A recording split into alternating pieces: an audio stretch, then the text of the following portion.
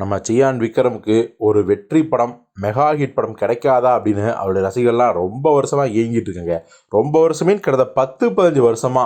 ஏன்னா அந்நியன் அப்படிங்கிற ஒரு மெகா பிளாக் பஸ்டருக்கு அப்புறம் அவருக்கு வந்து அதே லெவலில் ஹிட் படம் கிடைக்கவே இல்லை. மேக்ஸிமம் தோல்வி படங்கள் தான், சுமாரான படங்கள் தான். ஆனால் மனுஷன் உயர கொடுத்து உழைக்கிறாரு, அர்ப்பணிக்கிறாரு, எல்லாம் ஓகே. பட் கதை தேர்வில் கோட்டை விட்டுறாரே அப்படிங்கிற ஒரு கம்ப்ளைண்ட் அவர் மேலே இருந்துகிட்டே இருந்துச்சு.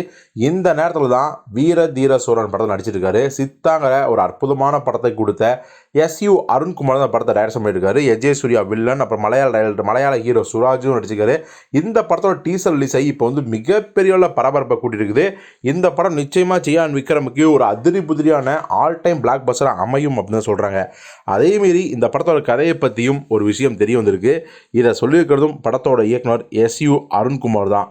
அவர் என்ன சொல்கிறாருன்னா, இந்த படம் வந்து நான் அடுத்ததாக பண்ணணும் அப்படின்னு நினச்சி தான் நான் வந்து பண்ணினேன். சித்தா படத்துக்கு அப்புறம் இந்த ஸ்கிரிப்டை தான் நான் வந்து கண்டிப்பாக வந்து பண்ணணும், அதுவும் சியான் விக்ரம் சாரை வச்சு தான் பண்ணணும்னு நான் தெளிவாக இருந்தேன், உறுதியாக இருந்தேன். ஸோ அதனால தான் இந்த படத்தோட ஷூட்டிங்கை உடனே ஆரம்பிச்சிட்டேன். இன்னும் சொல்லப்போனால் இந்த படத்தோட மொத்த காட்சிகளை எவ்வளோ தெரியுமா? 10லேருந்து 15 காட்சிகள் தான். ஸோ 10-15 சீக்வன்ஸ் அப்படிங்கும்போதே அது காட்சிகளாக பிரிஞ்சு கிட்டத்தட்ட 2.5 மணி நேரம் வந்துடும். ஸோ எல்லாமே நீண்ட காட்சிகள். அதனாலேயே இந்த பாகம் மிகப்பெரிய அளவில் ஸ்பீடாக இருக்கும் அப்படின்னு சொல்லியிருக்காரு. ஸோ ஆட்டோமேட்டிக்காக கமர்ஷியல் எலமெண்ட்ஸ்லாம் இங்கே களைகட்டும். ஸோ இதனாலேயே பார்த்தீங்கன்னா சியான் விக்ரமுக்கு இந்த வீர தீர சூரன் படம் மிகப்பெரிய வெற்றி அடையணும்னு நம்ம உறுதியாக நம்பலாம்.